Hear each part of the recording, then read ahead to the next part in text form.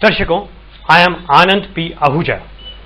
आज मैं अपना परिचय डायरेक्टर ऑफ विनर्स एजुकेशन न देकर यह कहना चाहूंगा, your friend, philosopher and guide. क्योंकि जिस तरह का प्यार, मोहब्बत, सपोर्ट और पॉपुलैरिटी, लोकप्रियता मुझे मिल रही है आपके एसएमएस के जरिए, मुझे डायरेक्टर ऑफ विनर्स एजुकेशन कहना बहुत सुटेबल नहीं लग रहा। मैं चाहता हूं मैं आपका फ्रेंड, फिलोसोफर और गाइड ही बनूं, गाइड ही बना रहा हूं। और ये बात मैंने पहले लेसन में, भूमिका में अपने परिचय के नीचे लिखी भी है। मुझे खुशी है कि आज मैं दिल से ऐसी बात कह पा रहा हूं। दर्शकों, आप हमारे साथ काफी दिनों से जुड़े हैं। आज है डे 17। दर्शकों, मैं आपको ये बताना चाहता हूं कि कल हमने जो लेसन पढ़ा था वो काफी नया था, इसलिए मैं अधिक समय न लेते हुए पहले पुराने लेसन को हल्का सा रिवाइज करता हूं ताकि आपका आत्मविश्वास बढ़े।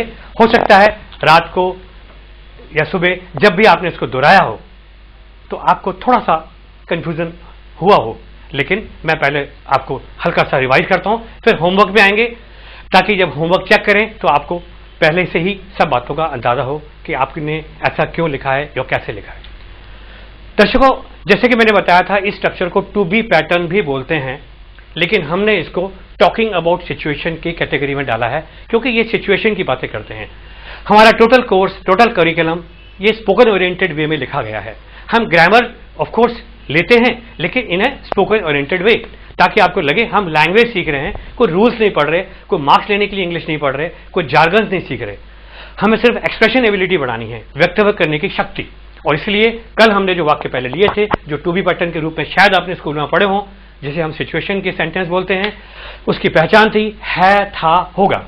है के लिए आपने प्रयोग किया इज एमआर का सिंगुलर प्लूरल के हिसाब से, था के लिए आपने प्रयोग किया वाज वर का, और भविष्य के लिए विल बी, शैल बी, होगा के लिए।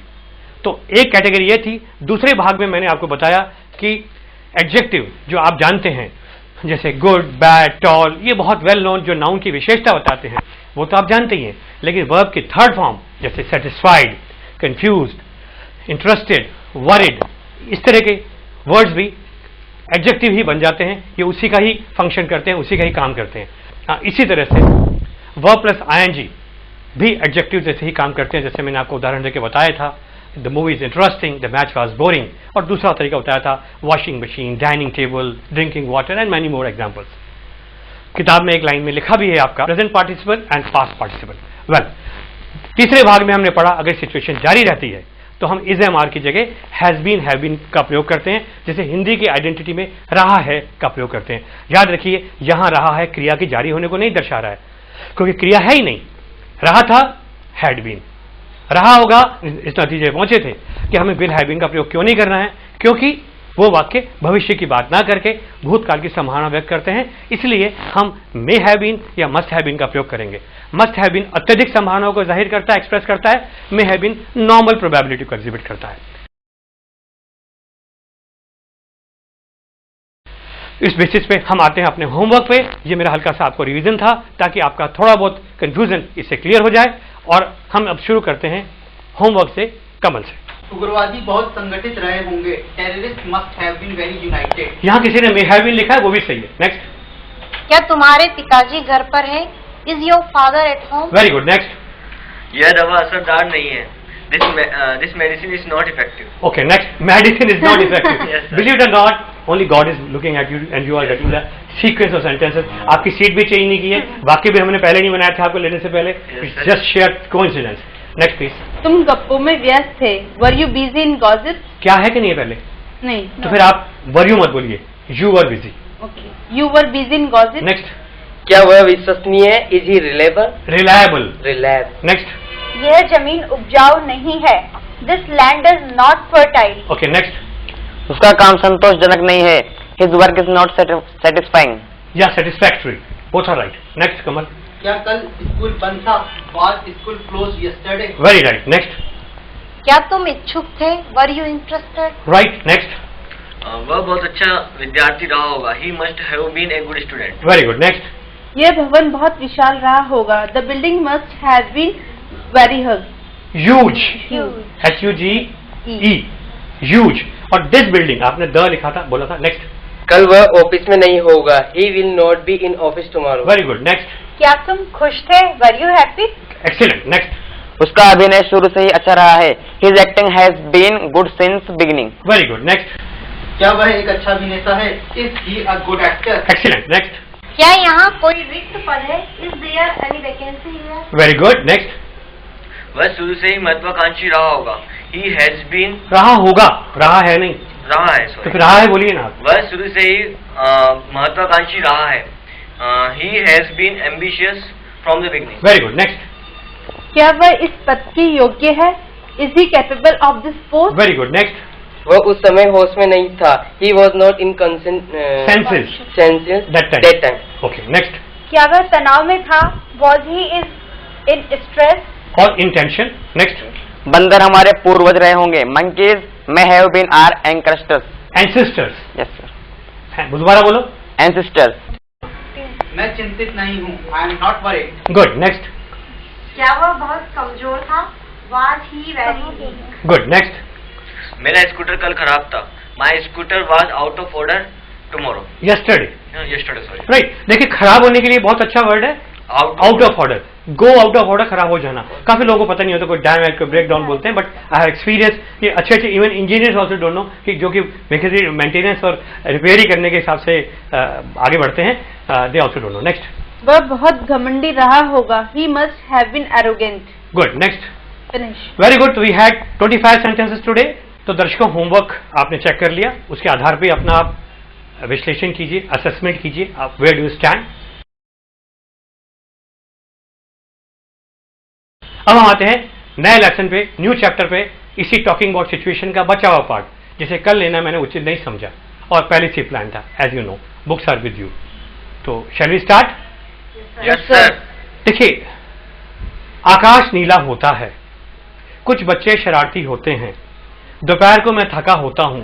इसमें होता है में चाहे भी आता है, तो कहीं ऐसा ना हो कि आप ये कंफ्यूज हो जाएंगे, सर ये पहला स्ट्रक्चर सिंपल प्रेजेंट जो रूटीन का है वो तो नहीं है. No, it is not that there, because ये भी सिचुएशन को एग्जिबिट कर रहा है.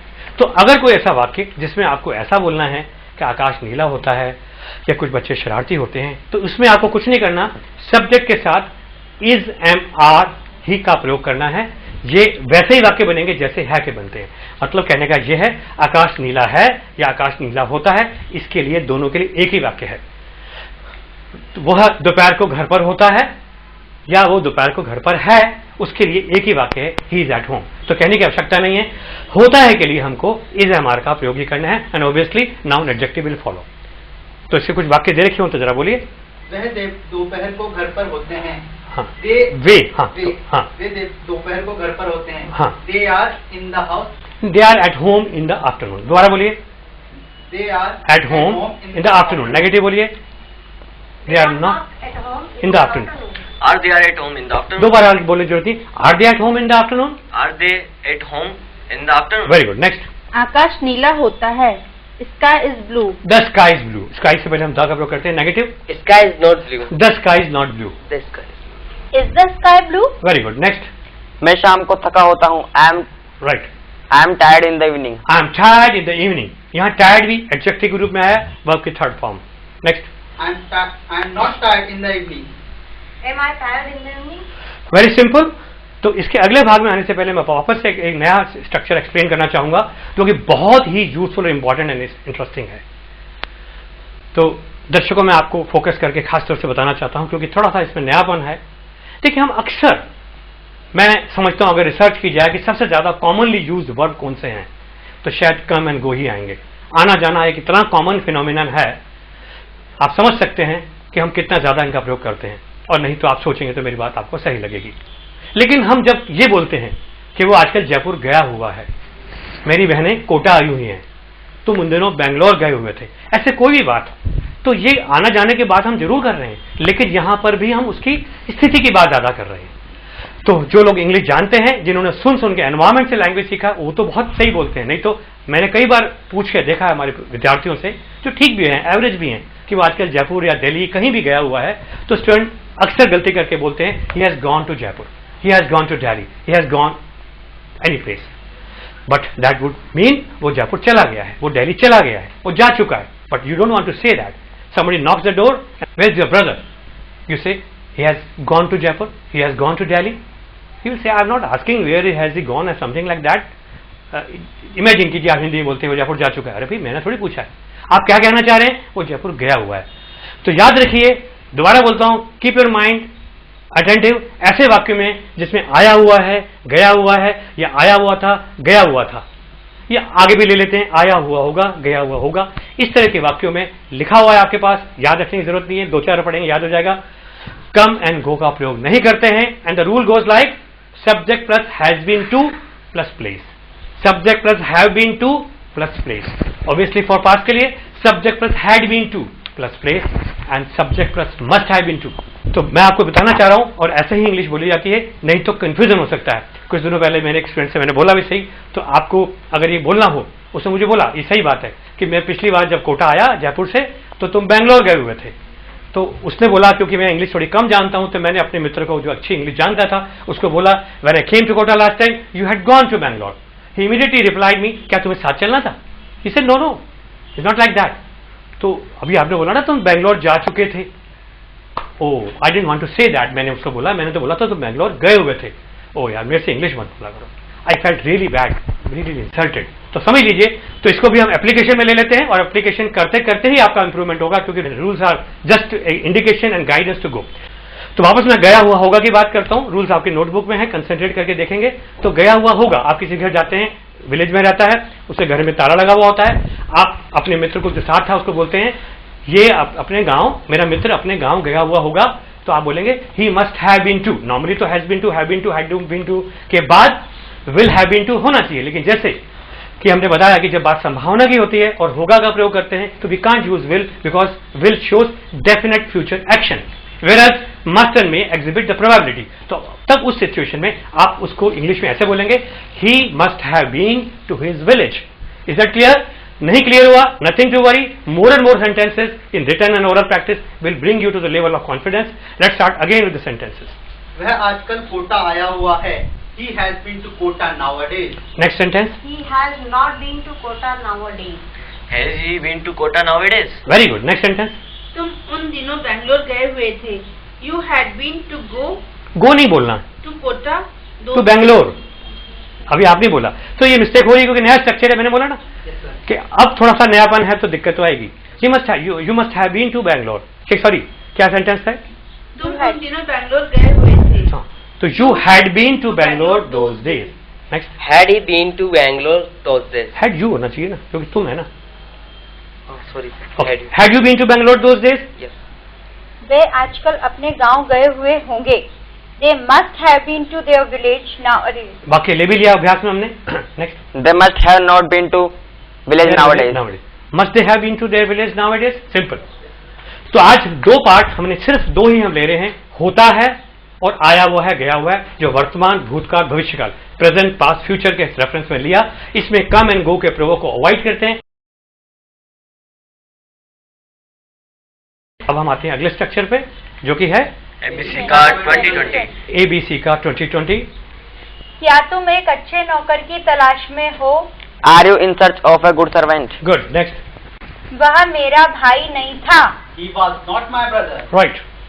कुछ बच्चे बहुत शरारती होते हैं। Some children are very naughty। Right. सारे गुलाब लाल नहीं होते हैं। All roses are not roses. all roses are not red। Right. Next, क्या तुम्हारा भाई आजकल कोटा आया हुआ है? Has your brother been to Kota nowadays? Right. अभी आपने पढ़ा है, आया हुआ है, brother, has your brother been to Kota nowadays. Next, वह उन दिनों मेरे घर आया हुआ था। He had been to my house those days। Right. Next, Winner Hindustan की सबसे विश्वसनीय संस्था है। Winner is the most worthly organisation of India. Most probably, more appropriately, reliable. Next. Kota एक शैक्षिक नगरी है. Kota is an educational city. Very good. Next. वह शाम को खेल के मैदान में होता है. He is in the playground in the evening. Very good. वह इस समय बैंक गया हुआ है. He has been to bank at this time. Very good. मैं दिल्ली 2 बार हो आया हूँ. I have been to Delhi 2 times. Okay. या ट्वाइस. क्या तुम कभी आगरा हो आए हो? Have you been to Agra? been to Agra? Ever. Ever. ये हो आए हो के लिए भी हम हैव बीन टू का प्रयोग कर सकते हैं. नेक्स्ट. वह यहाँ 2 दिनों से है. He is here from 2 days. Better रहेगा ही हैज बीन हियर. तो Yeah. सिचुएशन कुछ समय जारी रही. ही इज की जगह he has been here for 2 days. Next. क्या तुम दोपहर को घर पर होते हो? Are you at home in the afternoon? Very good. यह सबसे अच्छी किताब है. This is the best book. Okay. अब मैं अनाड़ी नहीं हूँ. I am not anari anymore. Now, Anadi ho gaya. I would say I can endorse you are no more anadi the way you are answering and understanding everything. Keep it up. Next. वह बहुत चालाक था. Was he? He was very clever. He was very cunning. Smart. Cunning is better, right? चालाक के लिए. Okay. Next. क्या वह बहुत लालची है? Is he very greedy? Greedy. Greedy. Sorry. Next. हमारी कोशिश सफल नहीं रही है. Our attempt has been successful. Not successful. Negative था ना? Our attempt has not been successful. Next. वे आजकल अपने गांव गए हुए हैं. They have been to go to. गो की जरूरत नहीं है. यही तो लर्न किया है. Okay. They have been to their village nowadays. तो दर्शकों अभी अभी आपने भी ABC का 2020 में पार्टिसिपेट किया होगा. मैं एक पर्सनल सजेशन आपको देना चाहता हूँ. ये वाक्य जब यहाँ के स्टूडेंट्स रियलिटी शो के बोल रहे थे, बहुत अच्छे वाक्य हैं ये सब वही वाक्य हैं जो अभी अभी आपने आज और कल में पढ़े हैं. मैंने आपको बार बार कह रहा हूँ, थ्योरी पे मत जाइए, एक जनरल आइडिया ले लीजिए. मैं रिपीटेशन रिवीजन करा ही रहा हूँ, लेकिन अल्टीमेट आपका एम होना चाहिए कि जो वाक्य, चाहे वो ABC का 2020 हो, चाहे प्रैक्टिस एक्सरसाइज हो, चाहे होमवर्क हो, या ऐसा कोई भी सेंटेंस जो इस पे बेस आप इसमें पढ़ेंगे, वो करेक्ट होना चाहिए आपका. अगर आपका सेंटेंस कंस्ट्रक्शन करेक्ट है, फॉरगेट अबाउट एवरीथिंग. तो अल्टीमेट गोल हमें सेंटेंस को करेक्ट सही एक्सप्रेशन में लाना ही है. अब हम आते हैं अगले एक्शन वर्ड्स पे जो वोकैबुलरी वर्ब्स पे बेस्ड हैं. इसके अंदर हम प्रोनाउंसिएशन को रिपीट भी करते हैं, मीनिंग लिखे ही हुए हैं, आप याद कर ही रहे हैं और याद हो भी जाते हैं सुनते सुनते. इसलिए हम स्टार्ट करते हैं अब कमल से. Come. आना. कम. Come. Brush. साफ करना. ब्रश. Brush. Attend. उपस्थित होना. अटेंड. Attend. Care.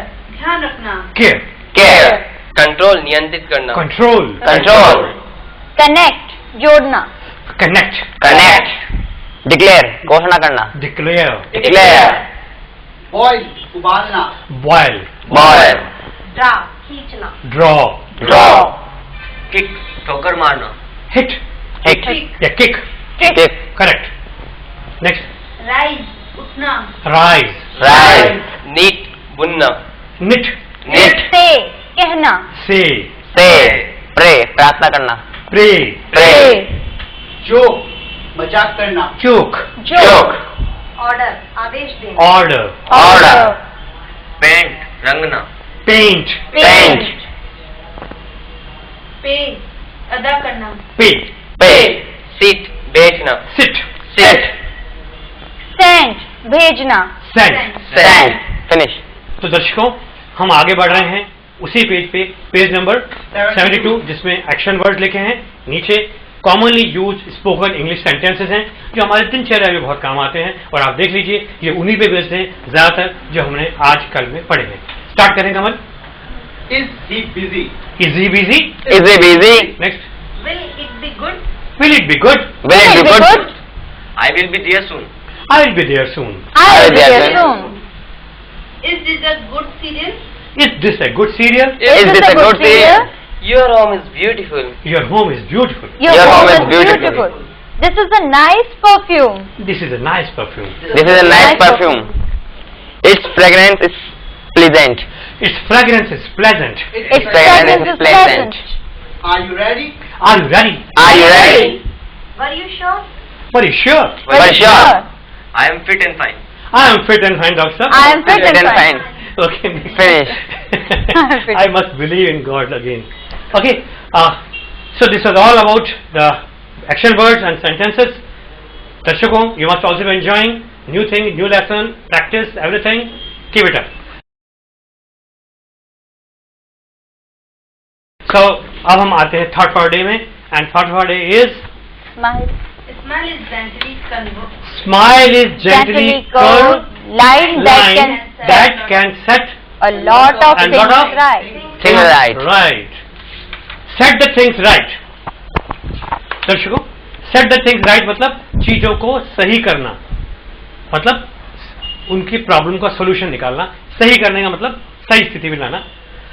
बहुत इजी है, आप भी जरा कोशिश करें समझ में आ जाएगा कि मुस्कान एक ऐसा जेंटली कर्व है, क्योंकि जब हम मुस्काते हैं तो नेचुरली हमारे होठ सीधे की जगह हल्का सा टर्न ले लेते हैं, तो ऐसा कर्व है जो कई चीजों को सीधा कर सकता है। मतलब अगर आपसे कोई नाराज है और आप अगर उससे मुस्कुरा के बात करेंगे तो वो जो कर्व है आपकी मुस्कुराहट वो कई चीजें सुधार देगी। इसलिए आपका पॉजिटिव एनर्जी दूसरों को पॉजिटिव करता है। कहते हैं जैसा व्यवहार चाहते हैं वैसा दूसरों से करो।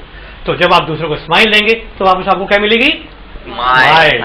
So keep smiling. इसी से मुझे एक बात स्माइल से याद आ रही है। Smile, smile and the world smiles with you. Smile and the world smiles with you. Do you know what is the next line? Don't you know? No, sir. Weep, weep, weep alone. Okay, that's all for today. So, Darshakon, at the end, I would like to thank you for the cooperation, for the support, for the good messages you are sending to us, getting connected to us day by day, more and more. Keep it up. I am so grateful to you. I don't have any words. I am giving you positive energy. I hope I'll also get the positive energy from you with my smile back to me. Thank you so much. काफी लोग बोलते हैं कि English बोलने में grammar का कोई role नहीं होता। अगर होता है तो फिर वो ऐसा क्यों कहते हैं? It's really an irresponsible statement. क्या आप I do not come here की जगह I did not come here बोल सकते हैं? क्या आपको ये कहना हो कि मैंने नाश्ता नहीं किया है, I have not taken breakfast की जगह I do not take breakfast बोल सकते हैं?